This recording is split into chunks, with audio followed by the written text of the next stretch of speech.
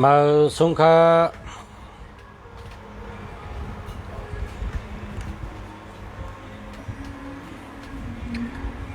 มาสูงพ่อแม่พี่น้องเฮากูเกาะกูกนขามาสูงพระมินกูเกาะขาหักกูเกาะขามาสูงขา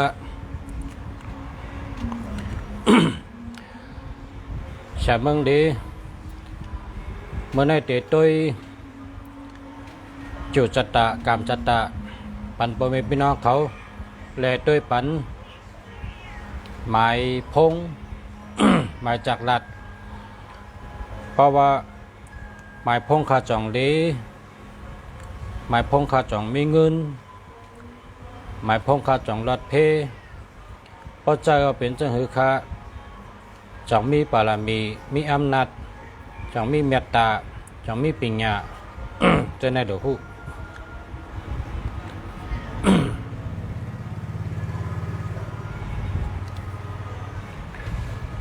เพราะเขาขา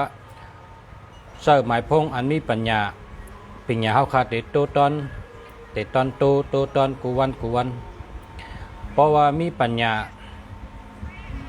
กว่าเลยก็อำทุกขะเพราะว่ามีปัญญากว่าอยู่ที่ใดก็ตื่นจะโลกีจำปูตีก้นอยู่ ก้นหมู่พร้อมกันกะละวะ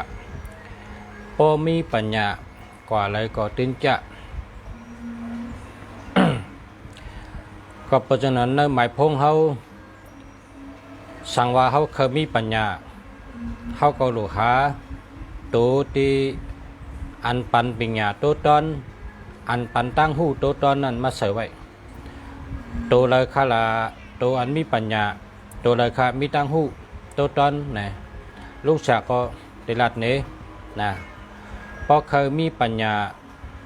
เพราะเคยมีตั้งหูตัวตอนเพราะเคยมีปัญญาตัวตอนโหลเลยมี1551 อำนั้นก็4554 นะ549 อันที่ว่ามาในเพราะเผลอเจอเพราะเผลอมีคนนั้นในเป็นคนมีปัญญาตอนโตปัญญาโตตอนกูยามกูวันกูเหลินกูปีลีกะข้าวนาก็เพราะว่า ปัญญาลำลองน่ะ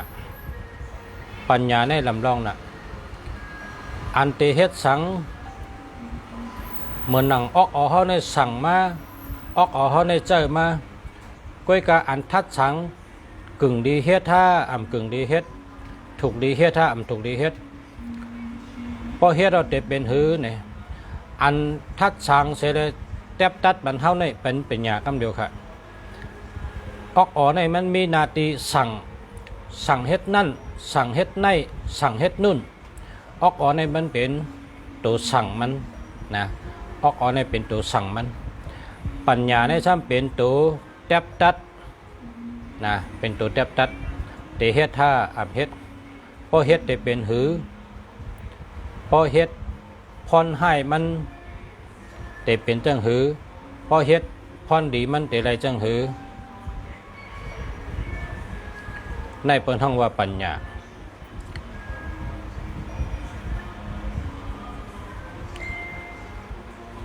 คนเฮากูก็ โลเลยเจอสติโลเลยเจอสมาธิโลเลยเจอปัญญา เจอจอมกันสติปองว่าอ่ำลงอ่ำลืมสติในอ่ำลงอ่ำลืมสมาธิเปิ้นห้องว่ารอบขอบสมาธิในรอบขอบ อันเปิ้นสอนกันว่านั่งสมาธิพอมีสมาธิคนเท่าในเตเจอนิ่มพอเจอนิ่มเตวนหันไหลตั้งหน้าตั้งหลังวนหันไหลหอบตัวเฮากูลองพ พอเฮาขาดสมาธิเฮ็ดสังก็ผิดเปิงก็เปิดเฮ็ดจอมเจอก็เปิดเฮ็ดจอมตอสะเฮ็ดจอมโมหะเฮ็ดจอมหมา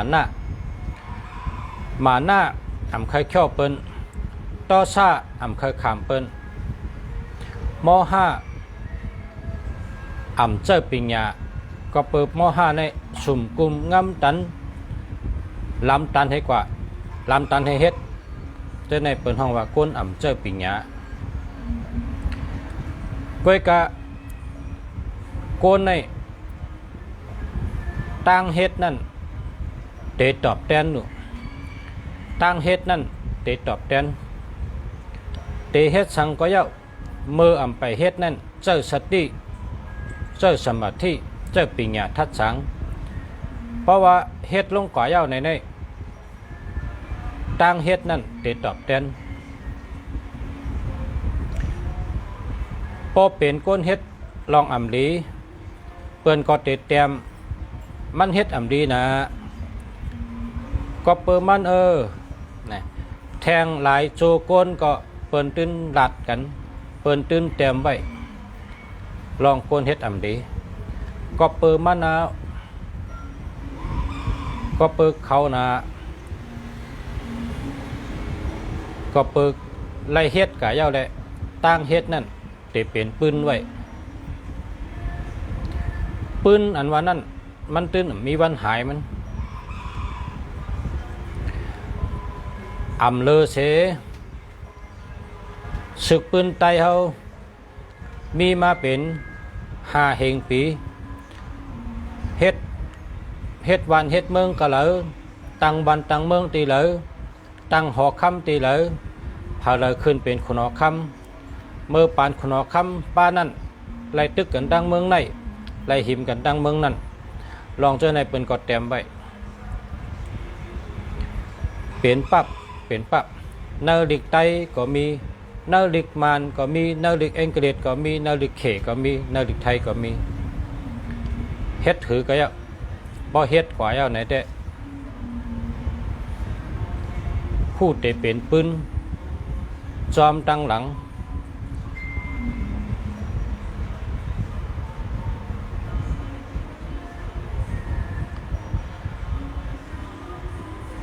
พอเขาเปิ้นแต้มลองดีพอเขาเปิ้นรัดลองดีพอเขามีอันดีกึกปืนก็โลเฮ็ดลองดีโลครึ่งปองลองดี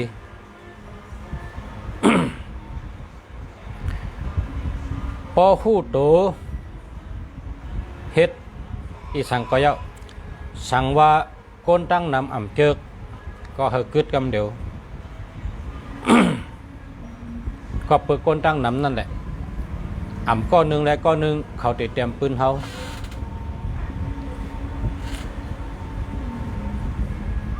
ตื่นมีก้นแต้มนะเฮ็ดลองดีเปิ้นก็ตื่นแต้มลองดีปืนมือก่อนเป็นตอนหนึ่งปืนตอนกลางเป็นตอนหนึ่งปานเจ้าพระตั้งแต่เมื่อเดียวในก่อตั้งนา กดแต่มันก็ตื่นแต่มี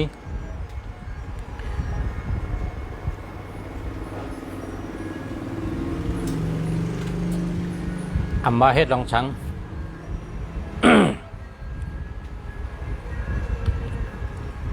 การตั้งเฮ็ดนั่นแหละการตั้งเฮ็ดนั่นเตมีพรย้อนปันเจ้าเก่าขึ้นกูลองกูเมล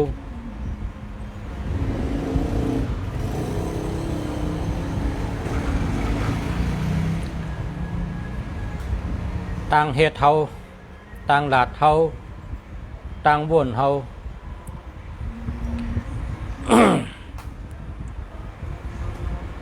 มันตื่นมีอันย้อนมาขึ้นจูเฮากูเมลโปรแกรมตาราในเป็นว่าโหวตมันหนาโหวตมันน่ะมันเฮ็ดไว้หนาโหวตมันมันดัดจังนั้นดูโหวตมันมันวนจังนั้นดู บทนั่นมันใจเปิ้นเฮ็ดจังนั้นดูบทมันมันเฮ็ดกว่าจังนั้นแหละบ่เหลือในบทตอบเขานะบทตอบเมืองกลบทตอบเมืองผีพอบทตอบเย้าพอตายก็ตกอะไรก้อยกะสองยาวฮะมันยาวมันเป็นปืนไว้น่ะ มันเป็นปืนไว้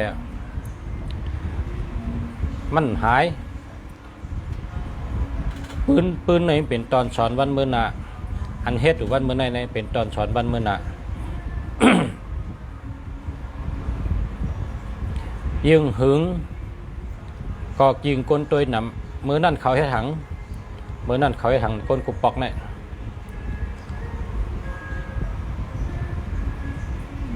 มันเป็นปืนไว้พอ พอขาเปิดแต้มปืนดีก็เฮ็ดลองดีใครเฮ็ดลองดีก็เฮ็ดใครเฮ็ดลองให้ก็เฮ็ด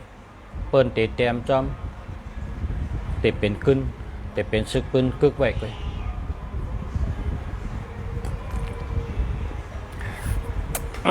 เหมือนในย้อนดัดติดนะก็ตัวเดียวนี้ติดด้วยหมายพงมีคนพอมีพี่น้องเข้ามา42เกาะติดด้วยหมายพง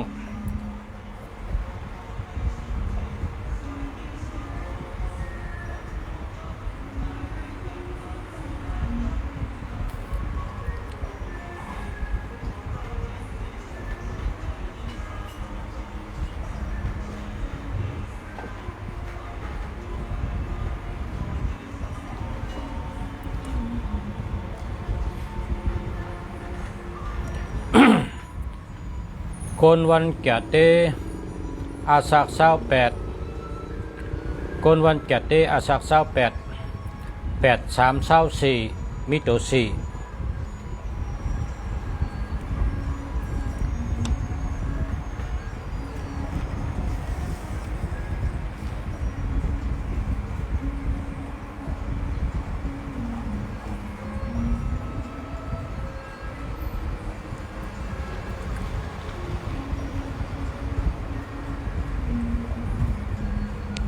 คนลูกวันแก่สัปปะเต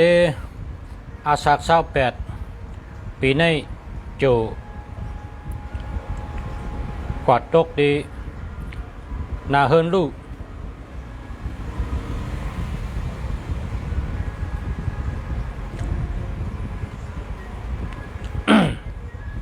สร้างไรค่ายมีกิ่งในค่ายตีเฮินค่ายตีอยู่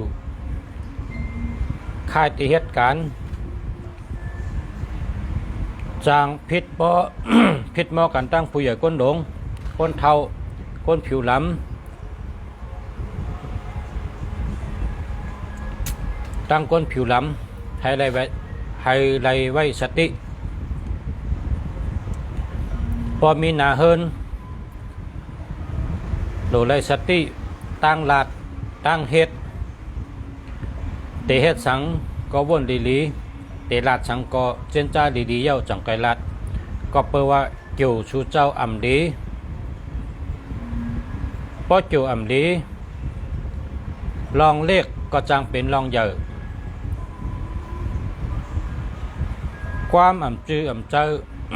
ก็จังไรยินเปิ้นเซ่เปิ้นเนเปิ้นถังพิษถังเปิงอ่ำนั้นก็เพราะเป็นถังพิษก็จังมีปัญหากันพอมีปัญหากันลองมันเตะใหญ่ขึ้นพอลองมันใหญ่ขึ้น เตะให้เธอรู้เดี๋ยวอะไรอันนี้เป็นปัญหายอกะเตมีตีโหแต่เป็นโหเจ็บโหอู้เย็นพอขี่รถเครื่องเขาใส่หมวกกันน็อกป้อมใส่หมวกโหปดล่มมาในเลือดออกที่โหเจ็บแต่มีที่โหจังเป็นโหเจ็บโหเย็นโหไข้ตาเจ็บโหเจ็บฉะนั้นเฮกังไร ลองเอาสติเฮกังได้ก็เบอร์เฮามีสติกว่าทั้งหลายเฮามีสติแต่เฮ็ดสังเฮามีสติอยู่ที่เลยเฮามีสติหลีแล้วก็พอถึงวันอาทิตย์เฮาไตเต้นหอม36ต้นกูวง1วง1ปอกไตเต้นไขไตเต้นแหลงไตเต้นไขไตเต้นแรง30ต้นมัดสู้กันเหไตดูด้านพระเป็นเจ้ามัดสู้กันเหไตเพราะว่าเต้นนั้นรับก็เอาในเฮาสุดต้องว่าก็เป็นตั้งไมกูเมลก็เป็นปัญหากูเมลก็เป็นลองอำลีตั้งเซิง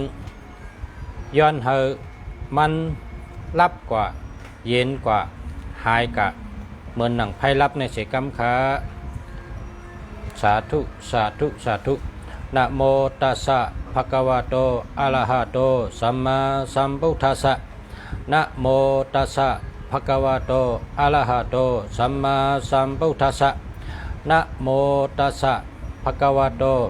อะระหะโตสัมมาสัมพุทธัสสะ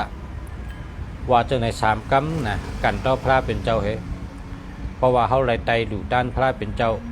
เอาตั้งไม้เฮากับดูด้านพระเป็นเจ้านะกันต่อพระเป็นเจ้ากรรมกันต่อพระเนี่ยนำมตสะ3กรรมเนี่ยเพราะกันต่อพระเป็นเจ้าก็ขึ้นคุบใบ3กรรม ย้อนชูชุดต้องเอาแล้วก็ปอกมือเฮินทั้งเผาทั้งมันพอถึงวันอาทิตย์ซ้ำก็ให้จังนั้นแทงนะขึ้นกับคุบใบพลาเหมีสมาธิตั้งอกตั้งเจอตัวนิ่มเจอนิ่มตั้งสมาธิตั้งสติไตเตียนแทงพอไตเตียนเอาหลอดน้ำมอตสะ3กรรม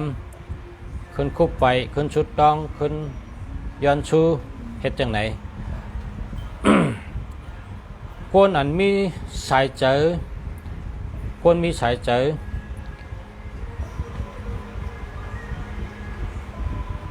โจตึกมีสายเจออาศัก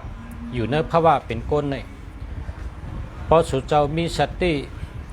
พอสุเจ้ามีสมาธิมีสมาธิและมีปัญญาอยู่กับจอมสติอยู่จอมสติเจ้าสติเจ้าสมาธิเจ้าปัญญาเฮ็ดก็กว่าก็ไหนจึงสุเจ้ากว่าเลยไปเลยก็เจ้าอนุสารัตเนี่ย มีสติมีสมาธิมีปัญญา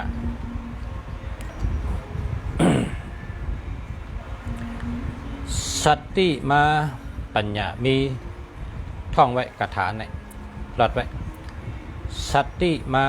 ปัญญามีนะสติมาปัญญามี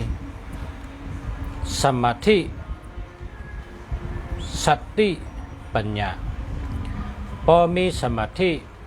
พอมีสติมีปัญญาเอาคาถาในว่าจับชบไป ว่าตาเชพอเขาป่องแจงแรงเจออธิเปมันไหนมันจะเป็นเหมือนดังเขามีสละกองกว่าจำเขาแต่ปัญสติเขากูขิงกูยามอัมวาเตเฮ็ดสังอัมวาเตเฮ็ดอีหังอัมวาเตเฮ็ดเจ้งหืออัมวาเตกว่าเลยก็เจอกถาอนุสาสอนในนะมีสมาธิมีสติมีปัญญานะนั่งสมาธิสติปัญญาก็เกิดมามันมาจำกัน1สมาธิ2สติ3ปัญญามันโผล่มาจำกันพอ3เยี่ยวในปอมาในก้นก็เลยก็ยะเตก็เลยก็ยะมันมีเพนะมือหบเพก็อย่าไปกวังอย่าไปกูอย่าไปตกเจอสติเจ้าสมาธิตื่นโตใช่แล้วเอาสติเอาสมาธิถูกดีเฮ็ดจังหือถูกดีวางแผนจังหือ เฮาเจ้าสติเจ้าสมาธิเฉเฮ็ดเมื่อเฮาพบทบเมื่อหนังก้นซึกอันตึกกันนั่นนะก้นซึกอันตึกกันอยู่ยื้อกันอยู่นั่นเพราะว่าเสียงกองแตกมาเนี่ยเฮานอนลงกำเดียวนะเพราะว่าเสียงกองแตกเนี่ยเฮานอนลงกำเดียวเพราะว่านอนแตกดิปื้อหน้าเนี่ยเฮาเลยเอามือเขาเนี่ยตบดิน3 กำนะเอาผ่ามือเขาเนี่ยตบดิน3 กำพอเอาผ่ามือเขาตบดิน3 กำแล้วเนี่ยลาดว่าเจ้าน้ำเจ้าลิ้นเมธรณีจอยลุกหน้าเมื่อเหลียวในลุกญาเปิ่นยื้อ ลุกย้อนเมลิ้นเมเจ้าน้ำเจ้าลิ้นเจ้าวันเจ้าเมืองเมธรณีจอยเกตเคปันคาเสกัมเฮาคาเลลอดเพเสกัม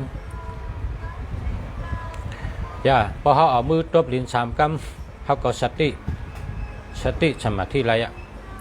พอเขามีสติพอเขามีสมาธิอ่ะเขาจังไกเอามือเขายิบเอากองเขาอ่านเขากอดไว้อยู่นั่นเขาก็ลัดต่อกองเขาว่าได้ก็นะลัดต่อกองเขาว่าได้ก็หักก็เปิดเขาหักกันนะเขา2 ก้อนในกอดกันนอนกอดกันกะกอดกันไปตั้งก็แหวกจับกองหลังเอาตาว่าเอาตาอกเอากอดเอานอนเอากินเอาย่ำกอดจำเขาตาเฉยเขาก็ลัดว่าได้ก็ดีนะลัดต่อจนนั้นนะลัดต่อกองเขาว่าได้ก็ดีเพราะวันนั้นเราก็เมื่อเร็วในยานชูยืมมาตั้งเลยในให้เจ้าสติเจ้าสมาธิดีๆถ่อมดีๆอยู่ในสติอยู่ในสมาธิเจ้าปิญญานะเจ้าปิญญาเถิกดีเฮ็ดถือในสุดในป่องใจมาในข้าวยามอันสูงญาเป็นตึกกันยื้อกันนั่นเฮาเจ้าไล่ลุงเสียในเฮ็ดจังในตาเชนะอย่าไปกวังอย่าไปโกอย่าไปตกใจเมื่อเสียงกองแตกในนอนลงตีลิ้นกำเดียวให้แหละตบลิ้น3 กำพอตบลิ้น3 กำลาดเมธรณีประกำไตก็ว่าเจ้าเมธรณีเจ้าน้ำเจ้าลิ้นเจ้าวันเจ้าเมืองมาเดี๋ยวในเปิ่นยื้อเขาอะเสียงกองแตกอะขายอนปึงสู่เจ้าแกดเคปันขาเฮลอดเพศกรรมขาตบลิ้น3 กำพอตบลิ้น3 กำเอากองอันเขากอดไว้อยู่นั่นเขาก็เอาตาเขายักด้วยเหรอว่าได้ก็ดีนะได้ก็ดีลาดต่อมันอ่ะมันแต่โจมกองนั่นก็กองในมันมีผีได้ก็ดีจัดการมันเลยว่าจะไหนนะได้ก็ดีจัดการมันเลยเพราะว่ากองในเป็นผีนะกองในเป็นผีตายเขาดูลัดต่อมันดีๆอย่าไปข้ามมันอย่าไปเหยียบมันนะลัดต่อมันดีๆมันเป็นผีตายกองเนี่ยมาในเปิ่นตองกรรมมาในประวัตินัดมาในตีนัดพอหลัดกรรมมาในวัตนัดแต่ว่าพอเตรียมในตีนัดผีตายนะเป็นผีตายกองเนี่ยก็เพราะฉะนั้นกองอันเท่าขอบอยู่อันเท่านอนกอมอยู่อันเท่าตาว่าเท่าอยู่เท่าจับตัวเท่าตัดเฉนมันเป็นผีตายก้อยกะ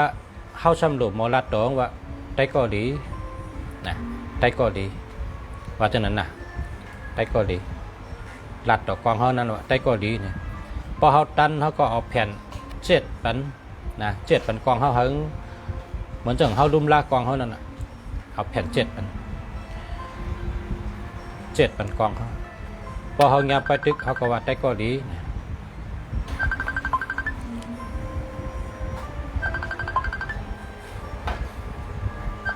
นะ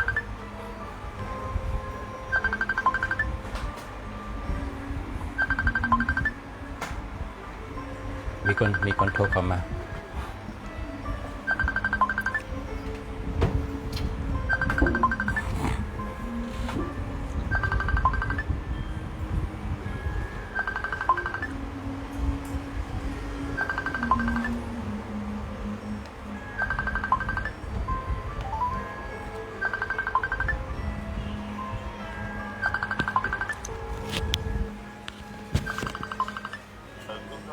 ตัวตึกใส่ตึกค่าตึกไทยทดสดอยู่นี่กำกับขึ้นโทษครับ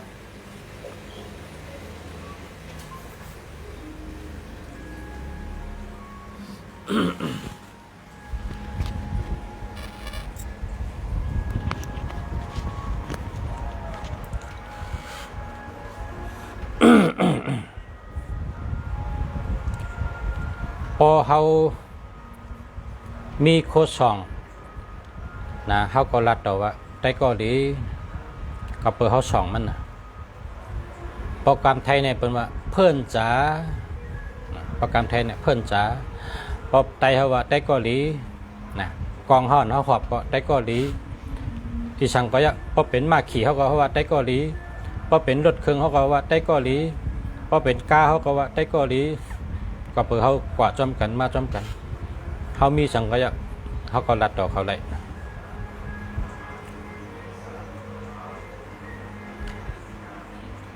แชร์ยาวค่ะยินจมค่ะขอบใจค่ะที่แชร์ปันเนาะแชร์ยาวค่ะเนาะ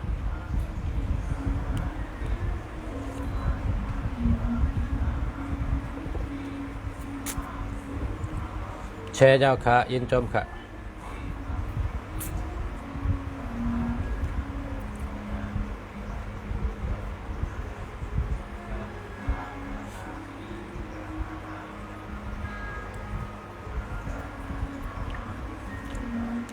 แชร์ยาวค่ะ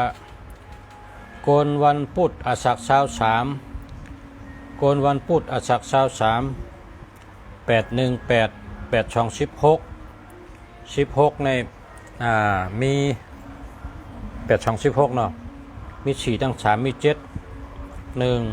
2 3 4 5 6 7โกนวันพุธอาสักเช้าสามปีในเกี่ยวก็ดีลาบก็ดีเงินก็ดี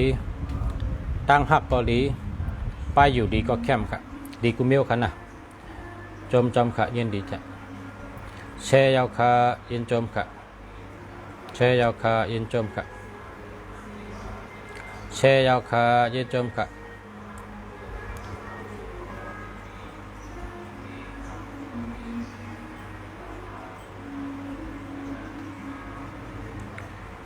062 803 376 639อันนี้มันดีค่ะเอา8เห็นนะหามาค่ะ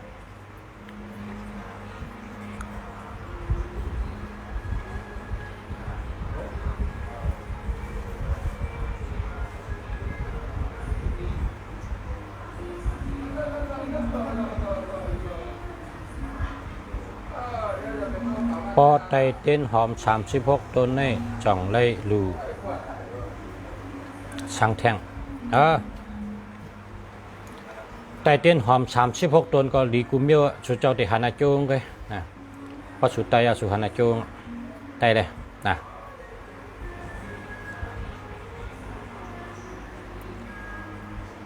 วันอังคารอายุ30แช่ค่ะวันอังคารอายุ30แช่ยาวค่ะเฮงเก้าปาก88แช่ยาวกนวันอาทิตย์อายุแช่ยาว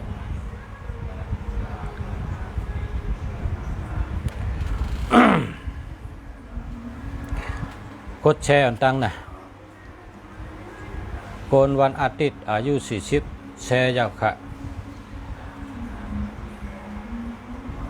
สายแลด094 723 6644จังดีค่ะดีค่ะอ้อดีค่ะไว้กะพอมี72ในมัน72ในนะพอมี72ในโหลหาทั้งอัน72ในก้ามไหมอาทิเปง72ในเป็นว่าผ่านเงินเนี่ยพอ72ในนะแต่เธอมีเงินเป็นแสนหลายหมื่นหลายแสนเนี่ยนับต่อครับนะ72เนี่ยนะ ก็เพราะฉะนั้นแหละหาชื่อจังอันนึงนะอันติมป้า72นะ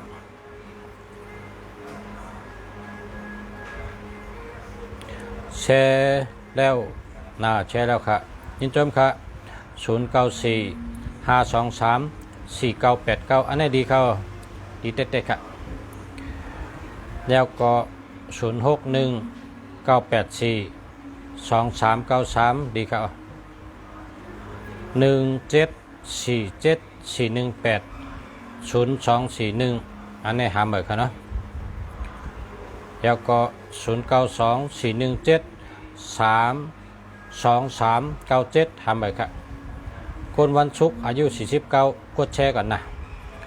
คนวันอังคารอายุ40ปีกดแชร์ก่อน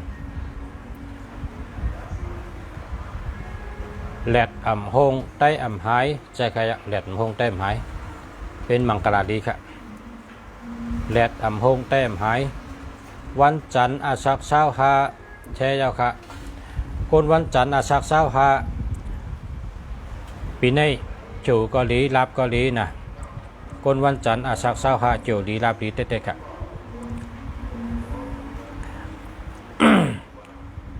0945605456หาเหมือนกันเนาะหาเหมือนกันปีนางค่ะเป็นคนวันพุธ38ค่ะปีขอยเป็นวันพุธ33ค่ะแชร์ยาวค่ะปีนางเป็นคนวันพุธอาสัก38วันพุธ38เนาะชิดเลดีตรงเส้นนิดคือตัว6 1 2 3 4 5 6คนวันพุธอาสัก38ปีนี้นาเฮิรนลูกค่ะนาเฮิรนลูกนาเฮิรนสุกสักโหลไลไตเต้นพยองแต่ง40ต้นไตดูดพลาค่ะนะไตเต้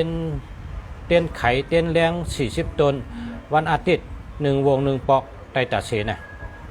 ยาวก็ไตเต้นหอม36ต้นพอถึงวันอาทิตย์ให้กับไต ไตตัดเสละเต้นหอมในไตเนื้อลิ้นไตเนื้อสนหลูตันเจ้าดีพิมิยัดเจ้าวันเจ้าเมืองยาวก็เต้นเพยองแต่ง40ต้นในกว่าไตดูพระเป็นเจ้ากว่าหาพระชูใหญ่ๆไตต่อหน้าพระหลงมัดจู้กันให้ไตมัดจู้กันให้ไตเพราะว่าไตเตี้ยนแล้วก่อนนางเป้าอย่าไปกว่าเลยเพราะไพเตี้ยนรับเป้าเพราะไพเตี้ยนบ่อเต้าเฮาสุดต้องว่ากาเป็นตั้งไมกูมิวกาเป็นปัญหากูมิวเฮามันเย็นกับวอดกับรับกับมันหนังไพเตี้ยนรับในเสกรรมค้าว่าไหนน่ะในเป็นปีนางโกนหรือวันพุธอาสัก38เนาะปีนางโกนหรือวันพุธอาสัก38โจมลีปีไหนน่ะโจตกตีนาเฮิรนลูกตั้งเป็นยอกาเตมีตีโหนะแต่เป็นโหเจ็บอำนั้นก็เลือดออกที่โห อำนั้นก็เฮิรนลูกไพ่ไม่เฮิรนนาเฮิรนลูกเฮิรนแล้วจังไรเมเฮิรนจะไหนนะจังเป็นเฮเมียวก็เปิดโจมดีเนาะวันพูดเหตุวันติดก็เป็นยันสู่กันก็เพราะฉะนั้นแหละเลยว่าเกี่ยวให้คนก็ไหนนะปีนางคนวันพุธอาสัก38เลยว่าเกี่ยวให้ในปีนี้เป็นเกี่ยวให้เกี่ยวย่ำเกี่ยวอ่ำดีแนวว่าจะนั้นนะกำในติมาด้วยปีขอยในอาสัก33เกิดวันพุธนะอาสัก33เกิดวันพุธคนก็ในจู่ก็ดีลาบก็ดีเงินก็เลยนำคำก็เลยนำตั้งหักก็ดีนะโดยเป็นทั้งสองข้ออันก็ในเชฟอันในประชาตัวบ่มเชฟเนี่ยมันตัวไก่นะประชาได้ลาดซื่อๆเฮ้พี่น้องผู้ต่อมยินเขาพ่อแม่พี่น้องเขา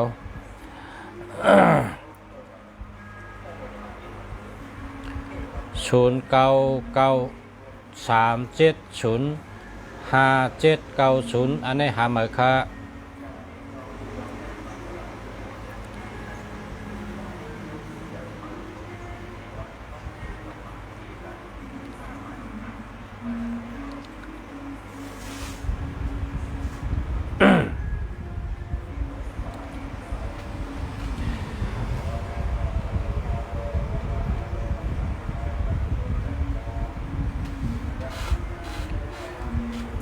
คนเกิดวันอาทิตย์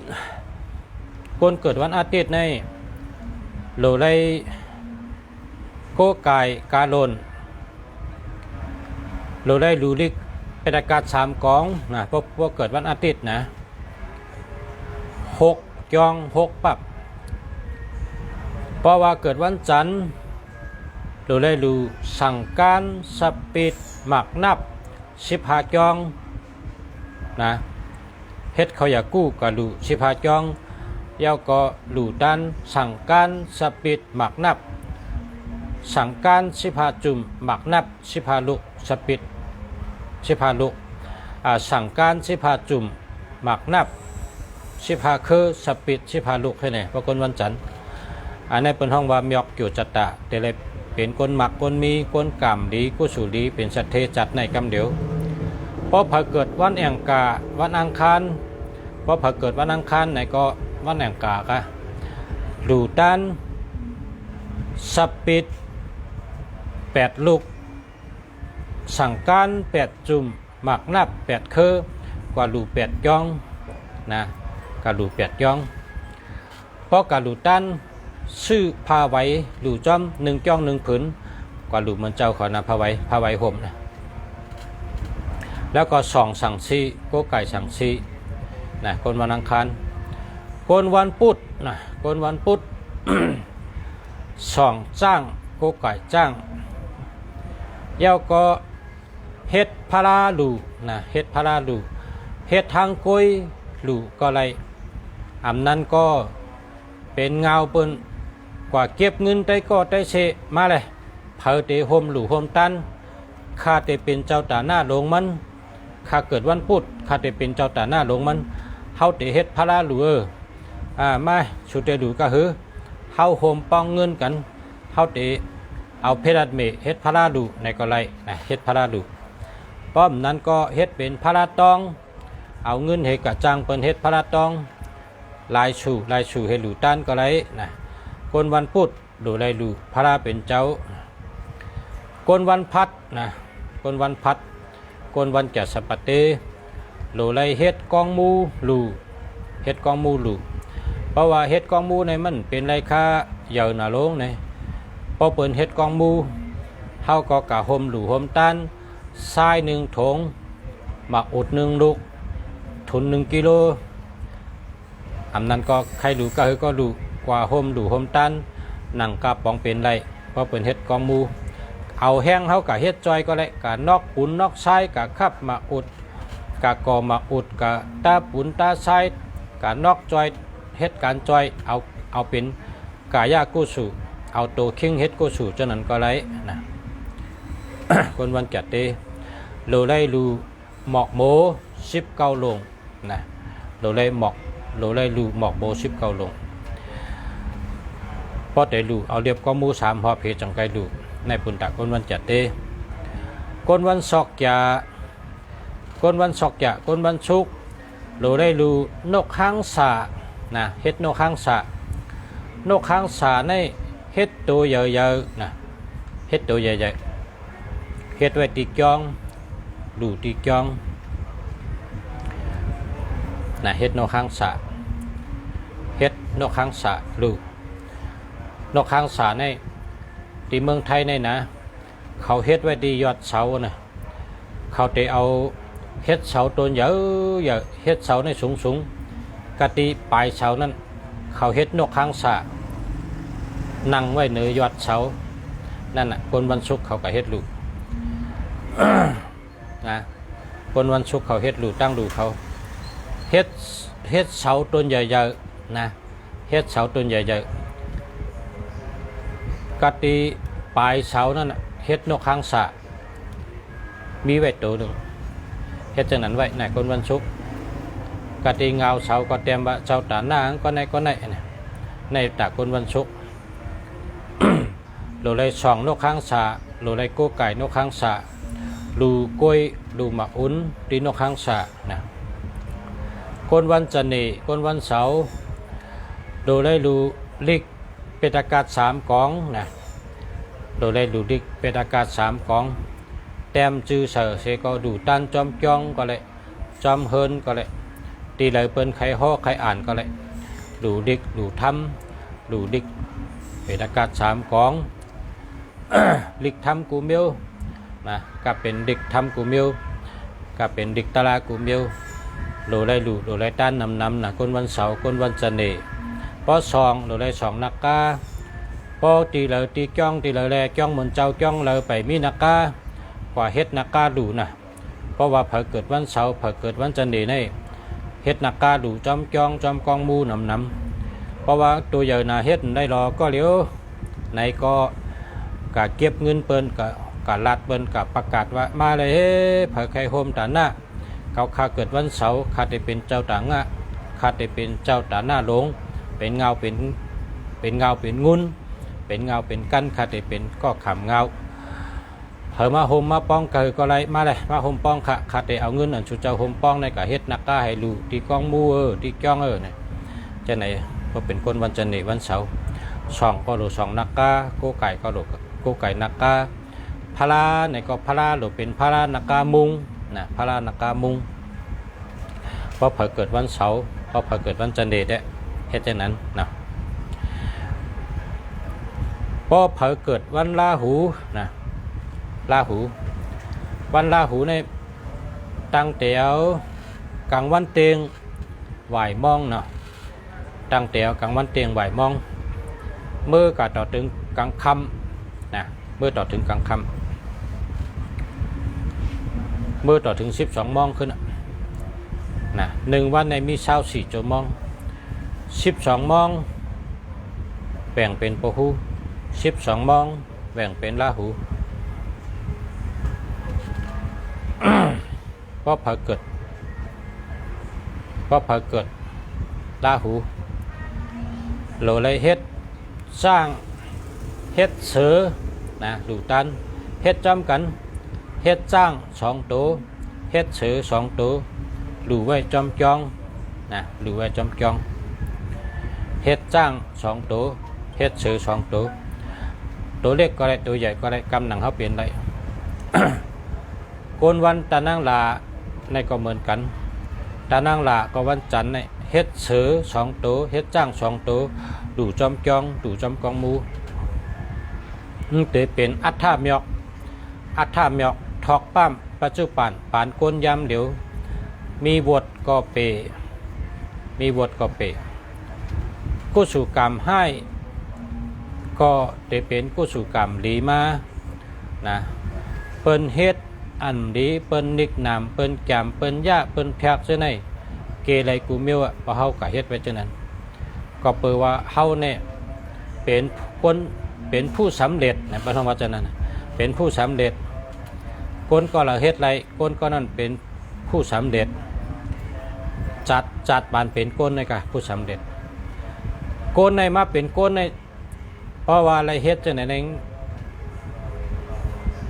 มันเตรียมทนยาวเนี่ยว่ากำไตเขาได้มันเตรียมทนเพราะอะไรเฮ็ดดูจังไหนเนี่ยเลยเตรียมทนแล้วนะเลยเป็นคนเตี้ยเลยเป็นคนเตรียมทนจังว่าพวกน้องว่าผู้สำเร็จเพราะอะไรเฮ็ดจังไหนเนี่ยเป็นผู้สำเร็จยาว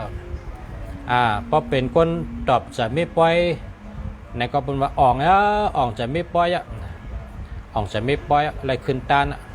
เพราะเป็นก้นในก็เขาเป็นก้นในเขาอ่องเขาเลยเฮ็ดจำหนังเนื้อจัดที่ชลาญานว่าไว้เขาเลยเฮ็ดนะจัดที่ชลาญานในเขาเจ้าเต็มไว้ว่าก้นในลูกเมืองผีมาเกิดก็มีลูกเมืองตีเมืองผีเมืองสางมาเกิดก็มีลูกเมืองก้นให้ขึ้นเกิดเป็นก้นก็มีลูกเมืองเป็นสัตว์ตริกชาติให้มาเกิดเป็นก้นก็มีเขาก็รัดไว้ในจัดที่ชลาญานก้อยกา จัดที่ชลาญานในก็อันเขาเจ้าขึ้นลาดไว้สังวาเฮ็ดตั้งหลีป่ะไหนไล่ดีกูจัดไล่แมดกูปานหลีเย้าดีแทงนะอันนี้เขาเจ้าลาดไว้สังว่าเกิดมาเป็นก้นไล่เฮ็ดตั้งเมือกดังเลิง เกิดมาเป็นก้นไล่เฮ็ดลองเมือกเลิงป่ะไหนเด้อซ้ำไร ขึ้นกะขามบดนะจากนั้นหนังเขาบดให้อันใดเฮ็ดไว้นั้นได้กะขามนะกับเพราะฉะนั้นแหละเตเฮ็ดหลีก็เตไรหลีเตเฮ็ดให้ก็เตไรให้เจ้าเก่าเป็นเจ้าของตีนมือโตคิงตั้งบ้วนตั้งดัดตั้งเฮ็ดกนก่อนในเขาเกิดมาเป็นคนเขาเตเฮ็ดตั้งหลีห้าอยู่ที่เขาเขาเตเฮ็ดตั้งให้ห้าก็อยู่ที่เขาเขาเตเฮ็ดสังก็อันตั้งเฮ็ดนั่นมันเตขึ้นเหมือนเขาผูกหมักโมงก็เตเลยกินหมักโมงนะผูกหมักโมงก็เตเลยกินหมักโมงผูกหมักล่างก็เตเลยกินหมักล่างเฮ็ดสังก็เตเลยนั่นเฮ็ดจังหือก็เตเลยจังนั้นเฮ็ดให้ก็เตญาให้เฮ็ดหลีก็เตญาหลีนี่เป็นสภาวะครับสภาวะอันที่ลุงเสียอุบอุจในนี้ก็ว่าหันเพอเช่ได้อุบป้องแช่ได้ลุงเสียตัวเป็นนะพอมีพี่น้องเขาเอาหัวมือเด็กแช่อันตั้งให้ตั้งใจทำคนถามแต่นำจะแต่ว่าคนแช่ค่ะ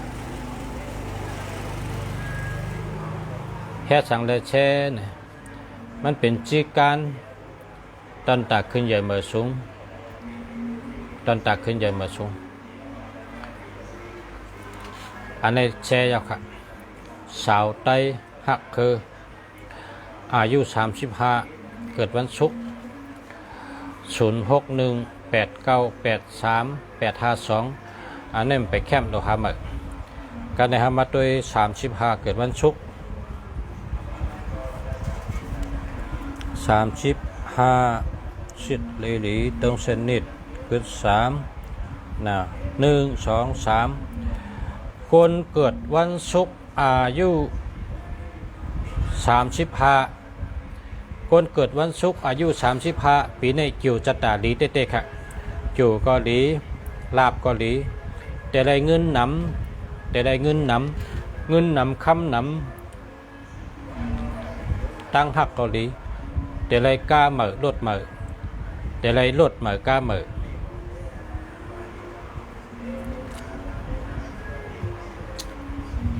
ปีนี้เป็นปีเจาะนะเป็นปีเจาะอยู่ที่กินหวาน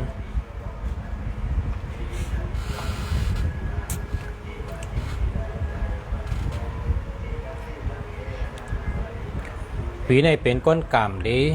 เป็นก้นกุศลีปีนี้เป็นก้นลาบลีข้าวลาบลีเต้เหมือนชาเมืองดีเนี่ยลาดว่าข้าวในลาบลีเต้ข้าวในสุนลีเต้ข้าวในเกี่ยวลีเต้ข้าวในกามลีเต้ข้ามีตื้อตั้งอันลีข้ามีข้าวยำลีย้อนว่าข้ามีข้าวยำลีข้าโตตันข้าก็เป็นก้นกุศลีเป็นก้นลาบลีกูวันเป็นก้นกุศลีกูวันเป็นก้นกามลีกูยำกูวันลาบมีกูยำมีกูวันมีกูเหลินมีกูปีลาบลีกูยามกูวันกูเหลินกูปีจิ๋วก็ลีลาบก็ลีการเงินดีการงานดีย้อนว่าขาดโดดดันขามีโอกาสดีพอมีพี่น้องเขาลุงเสียได้สอนสู่เจ้ากล้ามคอหนึ่งกล้ามคอในกาขันมันอ่านล้านนะอ่านล้านค่ะจ่องชูเจ้าเคยมีเงินล้านเหรอพอถามจะไหนใครมีค่ะอ๋อเงินล้านจ่องชูเจ้าใครเป็นชัดเทค่ะใครเป็นชัดเทจ่องใครมีเงินนำค่ะใครมีเงินนำค่ะความลัดคอหนึ่งข้าได้สอนชูเจ้าอย่าไปลัดละอย่าไปลัดละเพราะชูเจ้าลัดกล้ามคอในคอเร็วก็มันมีเงินไหลจัดในตั้งจัดเนี่ยมีเงินไหลพอวายามลัดมากก็อย่าไปลัดแทงพอวายามลัดป้นกว่าอย่าไปลัดแทงในกันนะเขาเสียเมืองลีเด็ดสอนชูเจ้า กามข้อหนึ่งเปิ้นอ่ำลีลัดลาลาทั้งหมดเลยมันมีอยู่8ข้อที่เปิ้นห้ามลัดเนี่ยด้วยการเมื่อในคาเดชอนข้อเดียวกันกามข้อหนึ่งอันเปิ้นว่าอย่าไปลัดลาลานั่นก็ ข้อความอันลัดว่านะข้อความอันลัดว่า เงินในหาหยาบนะอย่าไปลัดนะกามข้อนี้นะอย่าไปลัดลาลาเงินในหาหยาบเผลออย่าไปลัดลาลากามข้อนี้ความข้อนี้เผลออย่าไปลัดลาลาเพราะเผลอลัดความข้อนี้เมื่อเจ้าเก่าลาดนั่นผีเปิดตูผีเปิดคิงเขาเลยยินเมื่อเจ้าเก่าลาดนั่นปลายว่นเจ้าเก่า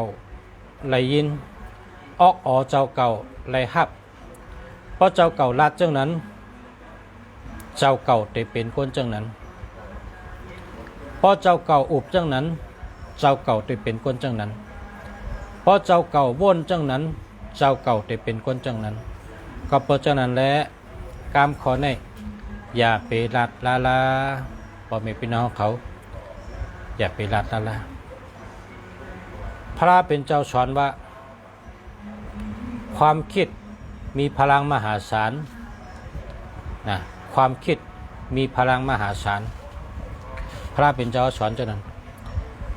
เพราะหลัดกรรมไตในว่าคือขละเพราะหลัดกรรมไตว่า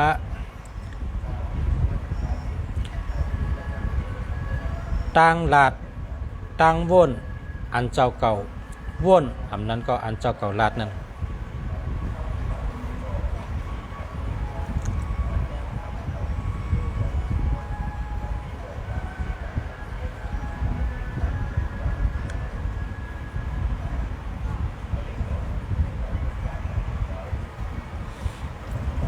มีพลังมหาศาลในกรรมไตเนี่ยยำยินเห็นปะก้อยกาขัดแตกแนวกันเพราะว่ากรรมไตอ่ำมีข้อกรรมในกรรมไตห้ามคำไปหมอบ่หาละอันนี้มีพลังมหาศาลอันว่านั้นเพราะขัดแตกในตัวอย่างเพราะเดรัดว่าความไตกรรมเดียวได้บ่หาละอันนี้เนี่ย คำไปยำยินขัดแตกในตัวอย่างมันว่าเฮ้อเนี่ยอุปมามันว่า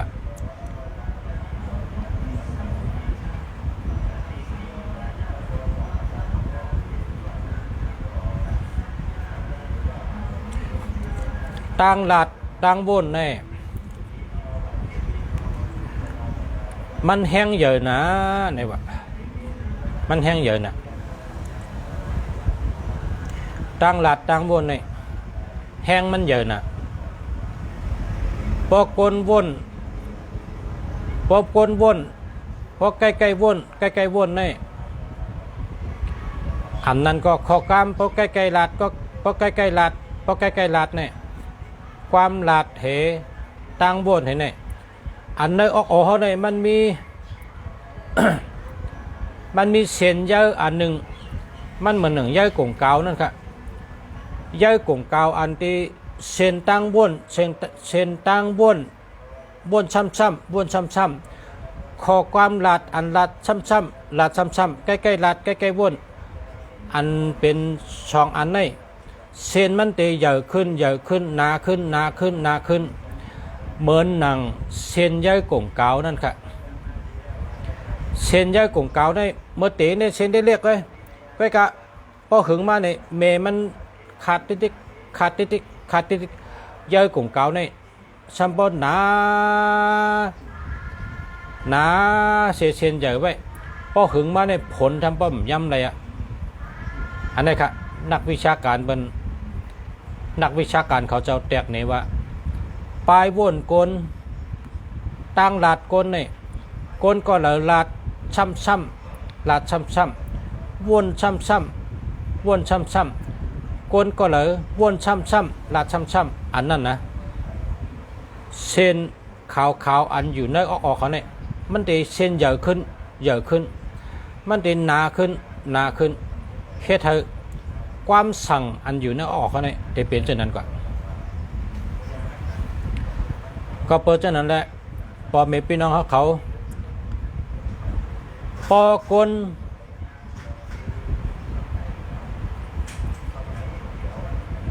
นมีปลายว่นแต้ม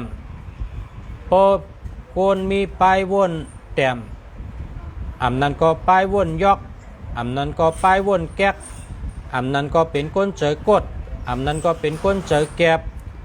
อำนั้นก็เป็นก้น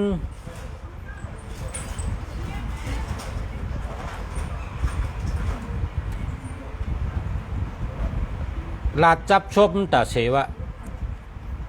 อันลาดจับชบกะอุบกะเลยกะอุบเพอเมื่อไรก็ใกล้ๆเลยยินมันลาดออกชบมันว่า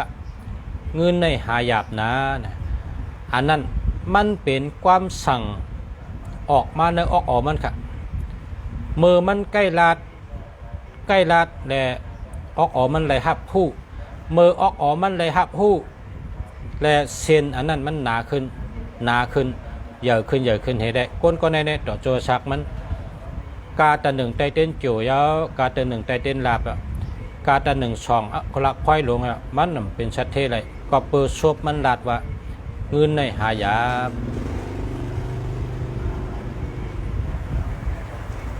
อำดีลาดกล้ามเขาไหนอย่าไปลาดนั่นละในออกก้นเขาใน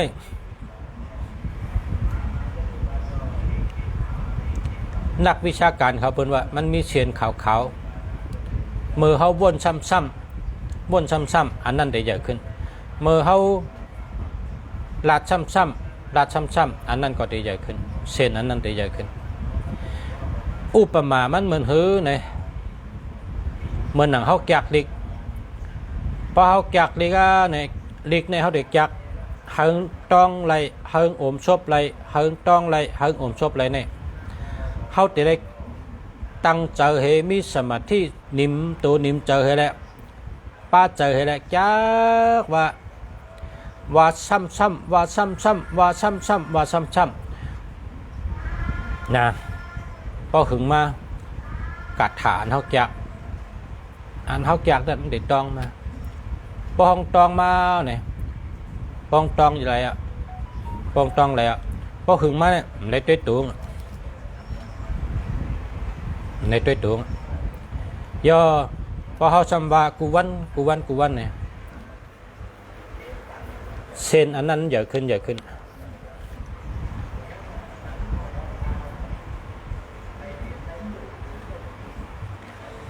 มีกูก็เส้นอันนั้นว่าคนยิงว่าคนใจว่าคนธรรมดาว่าคนเตะคนว่ามีกูก็เป็นเส้นขาวๆอยู่ในออกก้นเขาเนี่ยพอแตกตัวอย่างทางเมลก็พอเป็นมนเจ้ามนจ้างเขาอยู่จ้องนะเขาไล่แก๊กกระทามนเจ้าป้าหนึ่งเนี่ยเพราะว่าเป็นมนเจ้าป้าหนึ่งไล่นางจ้องเนี่ยนะเขาเจ้ามีดนำหนักกระถานเนื้อก็โหเขาเนี่ยก็เพราะว่าพอเปิ่นปังกะเฮิรนมือเขาจะได้ห่อมังกรเฮิรนมือพอเปิ่นปังกะกิจจะการงานสังขะหลายเมียวเนี่ยมันเลยห่อปันตกานั่นมันเหมือนกันกระถาอันเจ้าตีหนึ่งเลยตีหนึ่งก็เปิดจังไหนเขาเจ้าในมอนำน่ะแล้วก็ปริกี11ชุกเนี่ยเขาจักไรอ่านไรโอมซบไรต้องไรทั้งหมดเฉมกาไรป้าลองอันเขาเจ้าหรือเจ้าเนื้อหนักการเขาเจ้าตั้งนำเพราะฉะนั้นก็เช่นอันว่าเช่นเช่นขาวเนี่ยเนื้อเจ้าสังขายานเขาเจ้าในตีเยอะเช่นนะเพราะว่าเขาเจ้าในคัดเจอตั้งแต่เป็นเจ้าช่างมาต่อถึงเป็นมนจังจากกระถามาจากลิกมาเช่นอันนั้นใหญ่ขึ้นนะการสังกเย้าการนั้นเจ้าเก่าเลยเฮ็ดกูวันเฮ็ดตาเซเฮ็ดซ้ำอันนั้นนะก็เปิดวางเข้ากับนักออกเจ้าเก่าเนี่ย เจ้าเก่าเป็นร่องเฮ็ดสังก็ง่ายอำหยาบสังให้เมียวยาวก็เปว่าเจ้าเก่ายามเฮ็ดมันซ้ำๆยามเฮ็ดมันซ้ำๆเฮ็ดซ้ำๆเฮ็ดซ้ำๆแหละเจ้าเก่าก็เป็นโกนั้น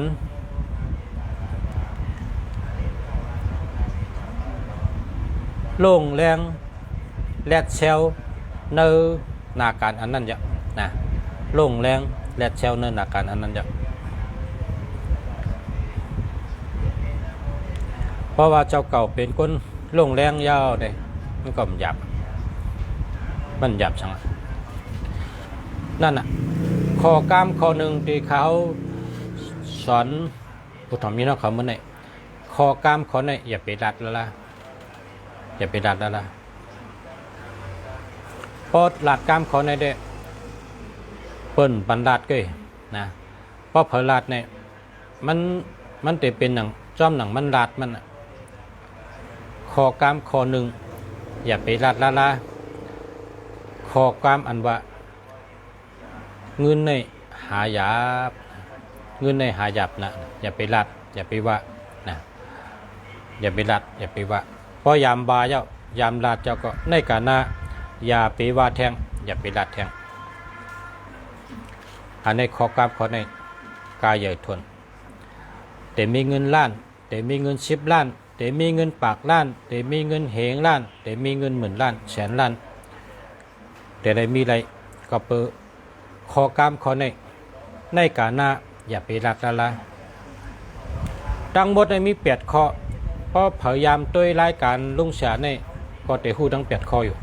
เพราะว่าเมื่อป่นมา3 ปีป่นข้าอ่านนะปอกนะข้อกล้าม8 ข้อเพราะเผยรัดในเตทุกข้าเนี่ยพยายามอ่านพยายามออกรายการเยอะกว่าด้วยเนื้อ YouTube ก็เลยนะข้อกล้าม8 ข้อเนื้อ8 ข้อนั่นอย่าไปรัดละนะเมื่อในข้อหนึ่งเขาก็ขึ้นเอามายุกต่างรัดนี้พอมีพี่น้องเขานะข้อกล้ามข้อหนึ่งอย่าไปรัดละ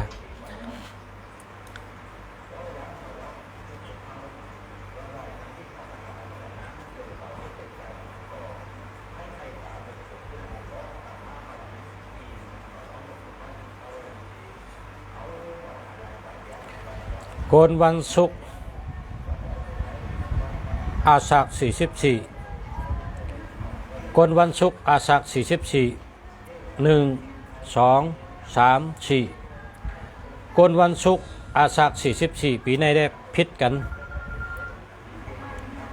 เป็นปีที่พิษกัน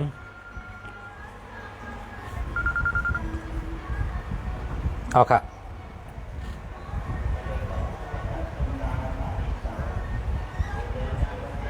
กำนับประชาธิปไตยช่วยๆด้วยนะ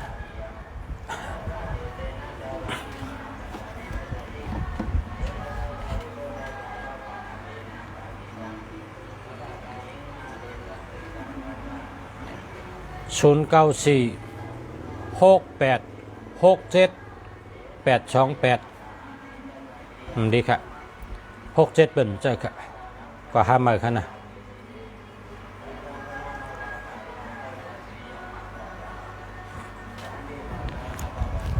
กำขย้อนข้างกำบอลค่ะย้อนข้างแป๊บหนึ่งย้อนข้างกำค่ะ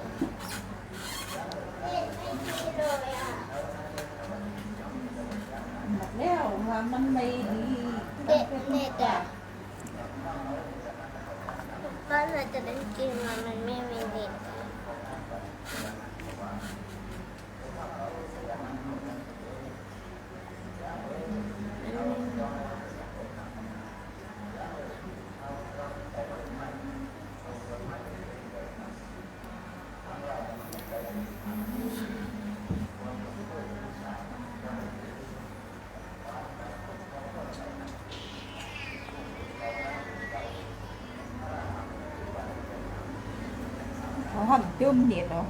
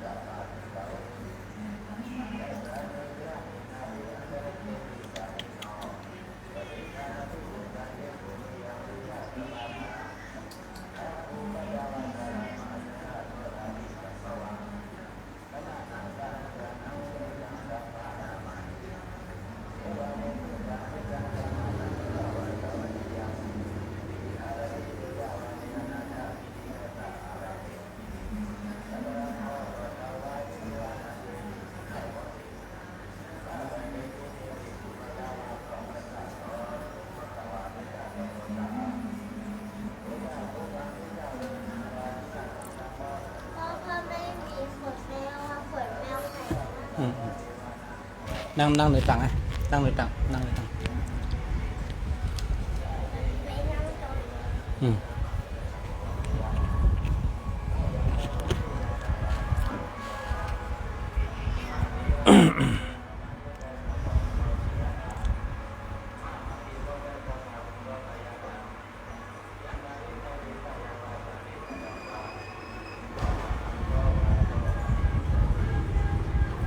คนวันศุกร์อาสัก36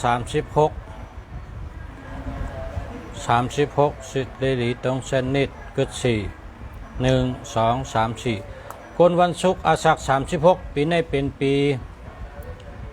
พิษกันขนาดไว้สติชบกรรมก่อตั้งเลยก็ไว้สติชบกรรมเป็นปีที่ไว้สติชบกรรมเตะๆค่ะคนวันอาทิตย์อาสัก23 8 2 16 4 ทั้ง 3 มี 7 1 2 3 4 5 6 7คนวันอาทิตย์ปีนี้อาสัก23อยู่อัมลีนะอยู่อัมลีแต่เป็นยอกะเป็นคมเป็นต้องเจ็บยอกะเตอยู่อัมลีใจสุกสักเตมีน้ำหนังหึงเตลีปล่อยปลาเย็นปากไป8ตัวเต็กคำพาราปากไป8แผ่นเฮ็ดเขาอยากกู้ดู1 เดือน 1 ปอกเนี่ยจะในกะเลียครับ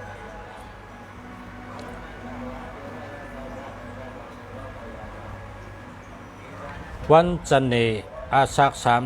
30วันจันทร์อาสัก30วันจันทร์อาสัก30 8 3 24มี6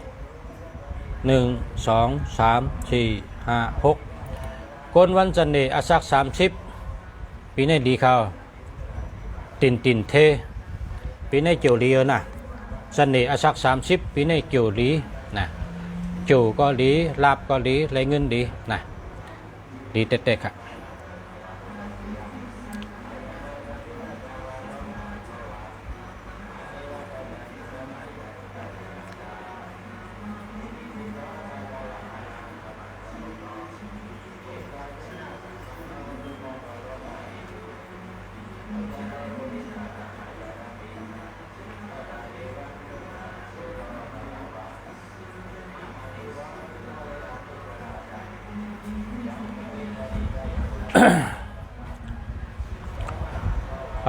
0657497198นะเจออะไรเอาค่ะหลีเอาค่ะก้อยกาป้อเอา98ไว้ตั้งปลายในเสือไว้เจอไว้อีกนึงนะสตินะสติลองไปเจอ เป็นก้นเจอแก้มเจอไว้อีกนึง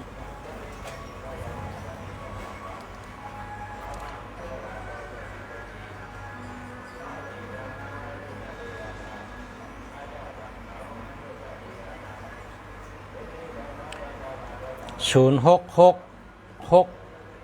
0409733อันนี้หาเมอครับดีครับหาเมอ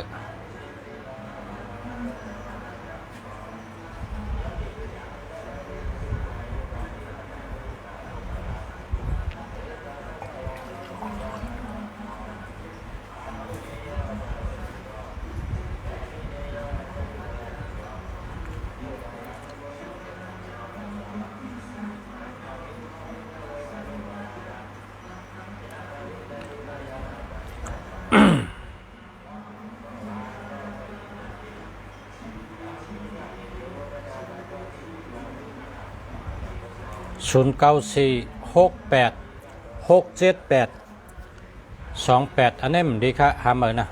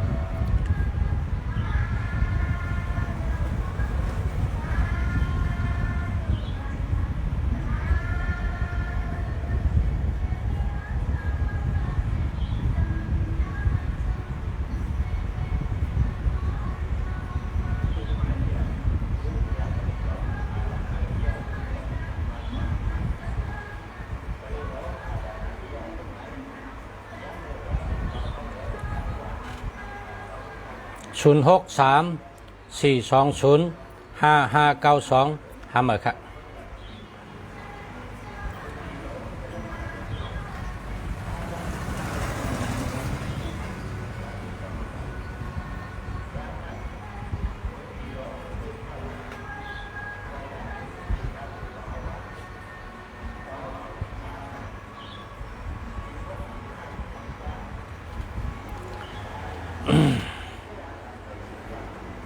ก็ยินชมค่ะเข้าใจค่ะ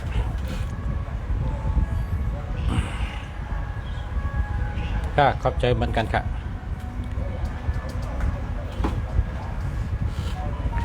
ชมยาวค่ะยินชมเหมือนกันค่ะ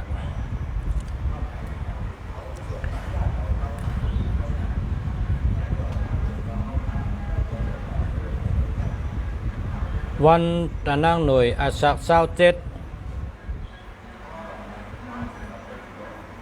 วันตั้งหน่วยอาศักเศร้าเจ็ด8324มี123ก้นวันตะนั่งหน่วยอาศักเศร้าเจ็ดปีในจูอัมลีโยมลีปีในไรสติชบกรรมแต่พิษกันมอกันพอหางป่นตั้งใหม่ก็ปอด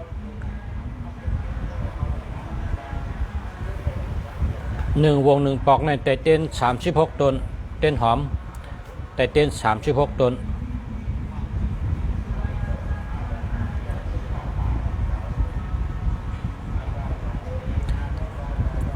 แล้วก็ซื้อปอกจีไซโทนะซื้อปอกจีไซโท8 ลูกดูพระเป็นเจ้าให้ไรดู1 เหลือ 1 ปอกนะปอกจี8 ลูกเอาไซโทนะดูด้านพระเป็นเจ้าเพราะจังไหนก็เด็กจากนักเป็นเบานะจากนักเป็นเบา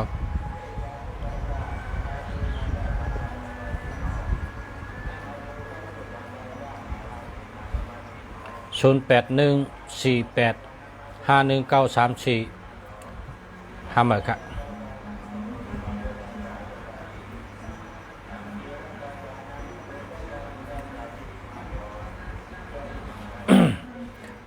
0991164689ดีครับ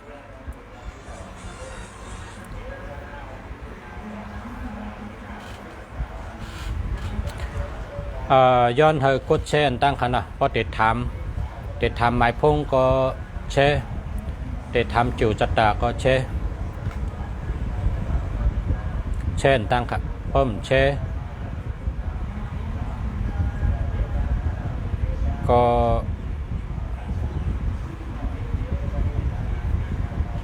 ไปแคมป์กันเนาะกดแชร์ตั้งกลวันเสาร์อาสัก33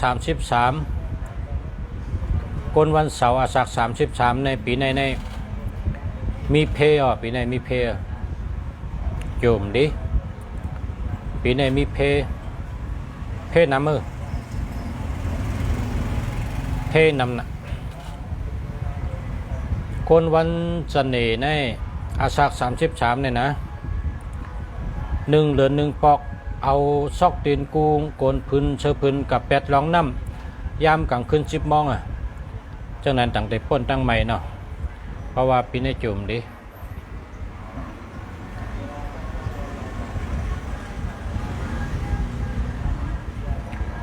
โกนวันอาทิตย์อาสัก23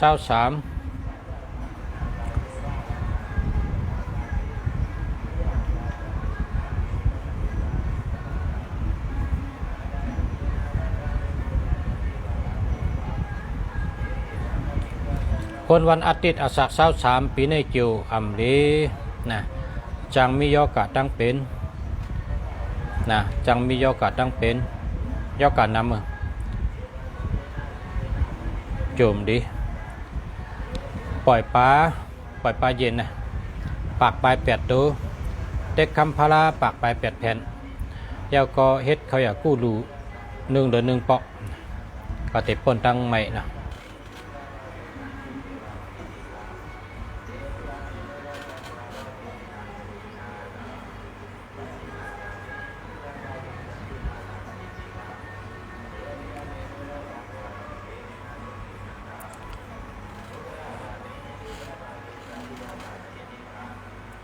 อาสัก21วันจันทร์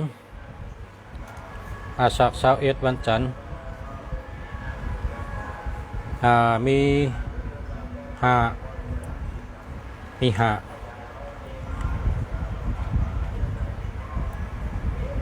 1 2 3 4 5คนวันจันทร์อาสัก21ปีในจูลีเตะจูก็ลีรับก็ลีนะลีกุมเมียวกันคนวันพุธอาสัก28 1 2 3 4คนวันพุธอาสัก28ปีในจิ๋วให้เต้ๆนะ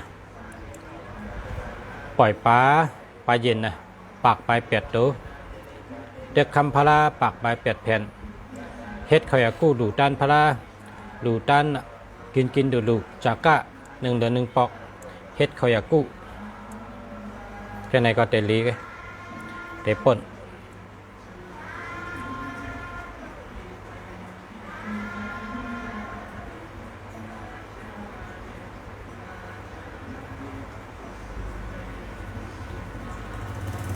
กนวันเสาร์อาสัก37เนาะกนวันเสาร์อาสัก37สิทธิ์เลลีตรงเส้นนิดก็ตัว5 1 2 3 4 5 1 2 3 4 5คนวันเสาร์อาสัก37ในปีนี้ในจิ๋วให้เตะครับจุ่มดินะหนังหึงเตะป่นลองอ่ำดีทั้งสิ่งก็พอถึงวันติดไตเต้นหอม36 ตนไตเต้นพยองแต่ง39 ตนก็ไตเฮสุดต้องเอาพระปนตั้งใหม่เนาะชื่อว่านุดนะ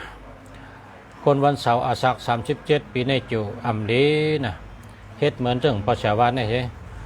แต่ไรป่นตังใหม่เนาะ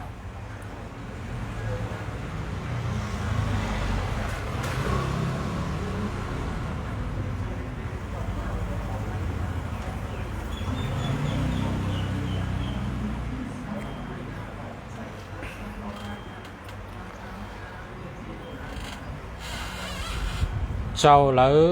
ก็เหลอผู้เหลอเคยถามข้าก็ผุยพักดูปันถามกูก็ถามด้วยจิ๋วกิ้งจ่องดีอาศักกันนายหนึ่งเกิดวันนายหนึ่งถามได้กูก็ก็แล้วก็ถามด้วยหมายพงจ่องดีเพราะเจ้าจ่องรัดเพจ่องมีเงินจ่องมีปัญญาจ่องมีปารามีจ่องมีอำนาจจ่องมีเมตตาถามได้กูก็กาชูเจ้านาตีชูเจ้าปูนพรชูเจ้านำปัดหนึ่งที่หนึ่งในตัวเล็กกดแช่อันตั้งเขาผมแช่ ไปจำเขาเนาะกดแช่อันตั้งเขาให้แค่มองไปจังรัดต่อกันเนาะมันไปแช่มครับ ไปแคมเด็บ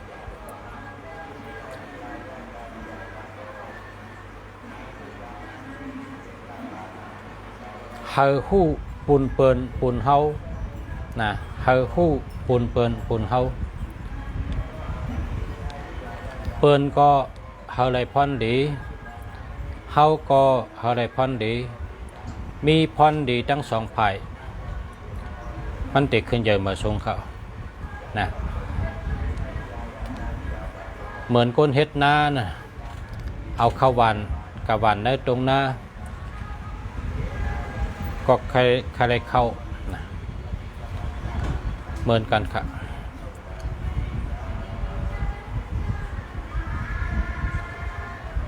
ยินชมค่ะกดแชร์ปัญญายินชมค่ะหมายพงค่ะ0943536985ดีค่ะดีค่ะหมายพง0627792500ดีค่ะหามเบอร์นะดีหมายพงนี่มันดีดีค่ะดีเสียอิดกันดิหามเบอร์กันละ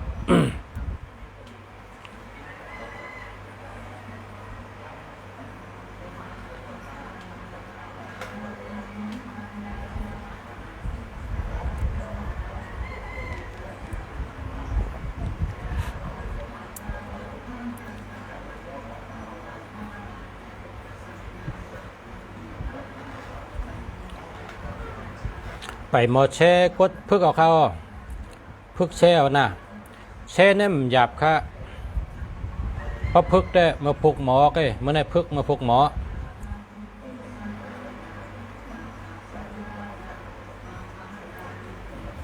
ก้นกูก็หลูมีได้ก็กูก็นะเจ้าผ้าไร้คาสอนก้นเมืองว่าเหือไก่อ่ำมีขนเหมือนก้นอ่ำมีก็เหมือนล่ออ่ำมีหมากเจ้าพาไร้คาเจ้าหนุ่มในสอนก้นเจ้าพาไร้คาเจ้าหนุ่มสอนก้นเมืองมันนะพอเท่าไม่เท่าเขาเนี่ยเขาอยู่เนื้อวางไร้คากูบอกเขา พอเจ้าพาสอนโดดร้านในแต่สอนวันนั้นว่าก้นอ่ำมีก็เหมือนล่ออ่ำมีหมากก้นในหลุมมีไต้ก็ชูเจ้าก็กดแช่เป็นไต้ก็ชูเจ้านั่นน่ะไต้ก็เผยไต้ก็มันป้อมแช่ถามก็ถูกนี่กันนะเนาะกดแช่ตั้ง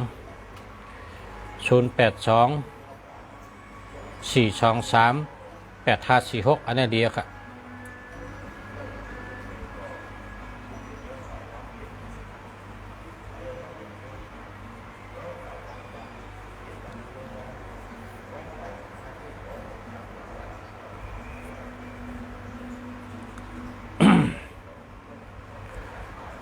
0946142746นะ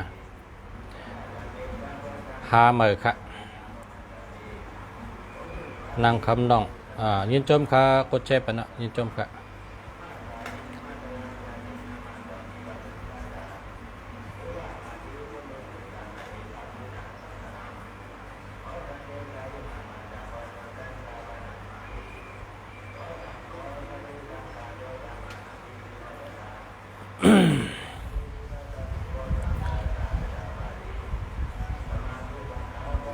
ขึ้นครับ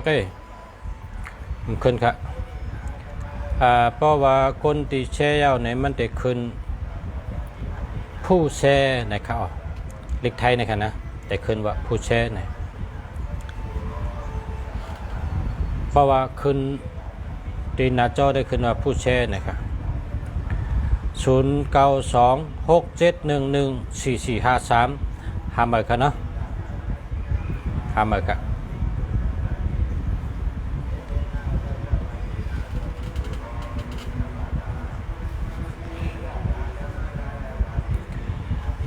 ข้าวยำเต็มเอาครับว่าข้าวยำเต็มเอาก็ป้อนนั้นก็เมื่อในกันก่อนเนาะเมื่อพบกันแทงค่ะย้อนชื่อให้พ่อแม่พี่น้องเขากูเกาะกูก้นย้อนให้อยู่ดีกินหวานหลอดเพศหลอดหยาดเพศกลางหยันกลางและย้อนชื่อให้กูเกาะอยู่ดีมีเงินห่างดีกึกปืนกูเกาะกูก้นขามาสงค้า